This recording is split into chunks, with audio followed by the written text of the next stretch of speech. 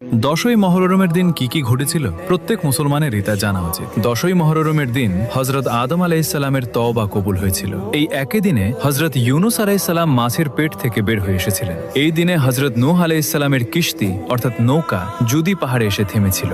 এই দিনে হজরত ইউসুফ আলাইহিসসালাম কুয়া থেকে মুক্ত হয়েছিলেন এবং মিশরের আজিজ অর্থাৎ শাসক হয়েছিলেন। এই দিনে হজরত ইব্রাহিম আলাইহিসসালামের জন্য আগুন ফুল বাগানে পরিণত হয়েছিল।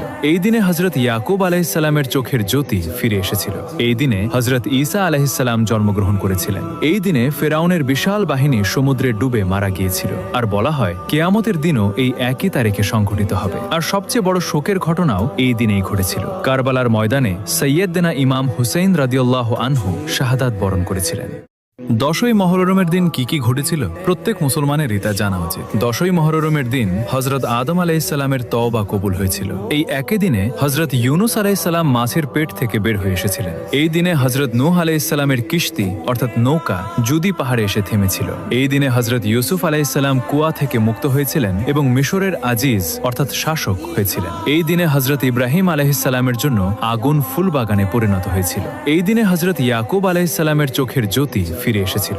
এই দিনে হজরত ঈসা আলাইহিসসালাম জন্মগ্রহণ করেছিলেন। এই দিনে ফেরাউনের বিশাল বাহিনী সমুদ্রে ডুবে মারা গিয়েছিল। আর বলা হয় কিয়ামতের দিনও এই একই তারিখে সংঘটিত হবে। আর সবচেয়ে বড় শোকের ঘটনাও এই দিনেই ঘটেছিল। কারবালার ময়দানে সৈয়দনা ইমাম হুসেইন রাদিয়াল্লাহু আনহু শাহাদাত বরণ করেছিলেন। দশই মহররমের দিন কি কি ঘটেছিল প্রত্যেক মুসলমানেরই তা জানা উচিত। দশই মহররমের দিন হজরত আদম আলাইহিসসালামের তওবা কবুল হয়েছিল। এই একই দিনে হজরত ইউনুস আলাইহিসসালাম মাছের পেট থেকে বের হয়ে এসেছিলেন। এই দিনে হজরত নূহ আলাইহিসসালামের কিস্তি অর্থাৎ নৌকা জুদি পাহাড়ে এসে থেমেছিল। এই দিনে হজরত ইউসুফ আলাইহিসসালাম কুয়া থেকে মুক্ত হয়েছিলেন এবং মিশরের আজিজ অর্থাৎ শাসক হয়েছিলেন। এই দিনে হজরত ইব্রাহিম আলাইহিসসালামের জন্য আগুন ফুল বাগানে পরিণত হয়েছিল। এই দিনে হজরত ইয়াকুব আলাইহিসসালামের চোখের জ্যোতি ফিরে এসেছিল। এই দিনে হজরত ঈসা আলাইহিসসালাম জন্মগ্রহণ করেছিলেন। এই দিনে ফেরাউনের বিশাল বাহিনী সমুদ্রে ডুবে মারা গিয়েছিল। আর বলা হয় কিয়ামতের দিনও এই একই তারিখে সংঘটিত হবে। আর সবচেয়ে বড় শোকের ঘটনাও এই দিনেই ঘটেছিল। কারবালার ময়দানে সৈয়দনা ইমাম হুসেইন রাদিয়াল্লাহু আনহু শাহাদাত বরণ করেছিলেন।